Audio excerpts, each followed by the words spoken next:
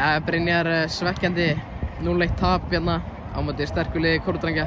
Hvernig metur þú frammistöðuna? Mér fannst þið standa okkur bara frábærlega. Það er algjört skítamark sem við fáum áður. Það verður bara að segjast alveg eins og er.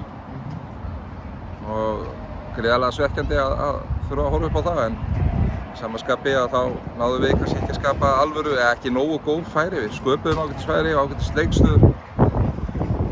En ég meina, þetta var náttúrulega bara hörkuleikur og mér fannst þetta vera bara 50-50.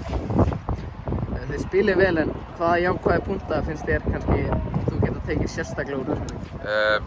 Það til dæmis það að við þurfum að gera 2 breytingar, bæði á fyrirliðanum og varafyrirliðanum strax á fyrstu 20 mínútunum.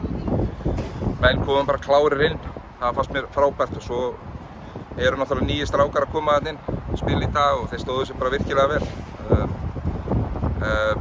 Við þurfum aðeins að róa okkur kannski svona þegar við vinnum boltann, við erum að taka bara vitlausar ákvarðanir á síðasta þriðjungi vallans.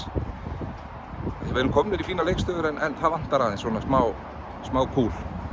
Þú missir þarna Andy Pugh eins og þú segir og Unnar út af velli. Veistu ekki hvað er að hrjá þá eða?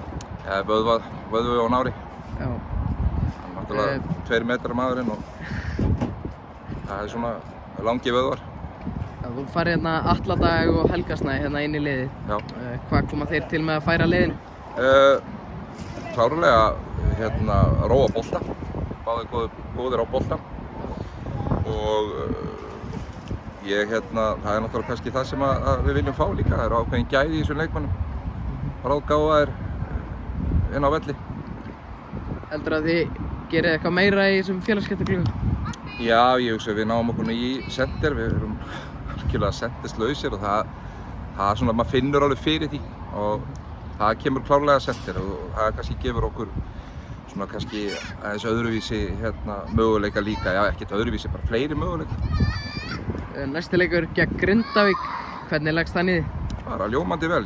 Svona miðað við frammistöðuna núna, við vorum að koma úr 2 erfiðum leikjum og við erum að fara í aðra svona leikjar þar sem við spila 4 leiki á 12 dögum.